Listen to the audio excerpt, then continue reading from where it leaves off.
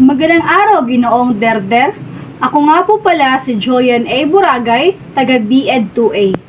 At ngayon, ako ang inatasan sa aming leader na ako ang gagawa sa refleksyon para sa ikalawang grupo.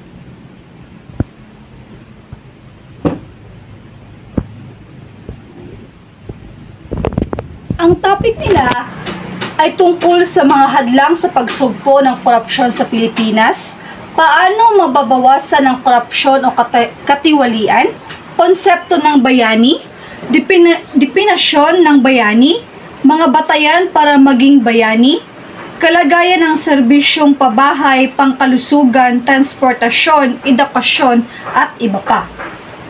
Spesipikong kulturang Pilipino, ahensya sa Pilipinas, transparency o pagiging bukas, epektibong pagmumonitor ng mga programa, statement assets, liabilities and net worth o SALN. Ito ang mga hadlang sa pagsugpo ng korupsyon sa Pilipinas. Ang dapat nating gawin para maiwasan ang korupsyon sa ating bansa ay dapat na iboto natin ang karapat-dapat para umupo at maglingkod sa atin para maisagawa ang kanilang tungkulin at hindi korupsyon. Kasi dapat alalahanin natin na tayo mga Pilipino ang tanging makakatulong sa ating bansa para ito ay umunlad. Kaya dapat maging wais tayo sa pagpili ng ating iboboto sa mga eleksyon. Hindi dapat magpadala sa pera dahil dadating ang araw na pagsisihan natin sa huli kung bakit natin ibinoto ang kandidatong iyon. Ang bayani ay isang tao na gumawa ng isang dakilang gawain.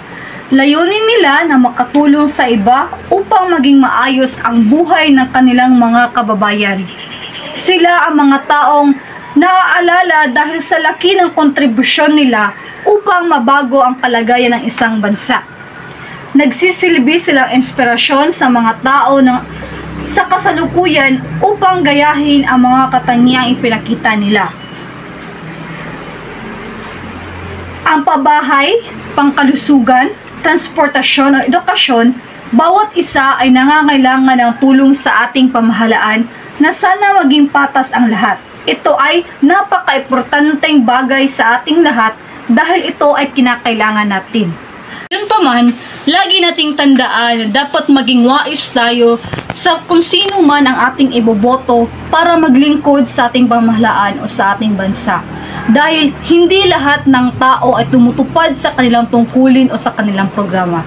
Yun lamang po at maraming salamat.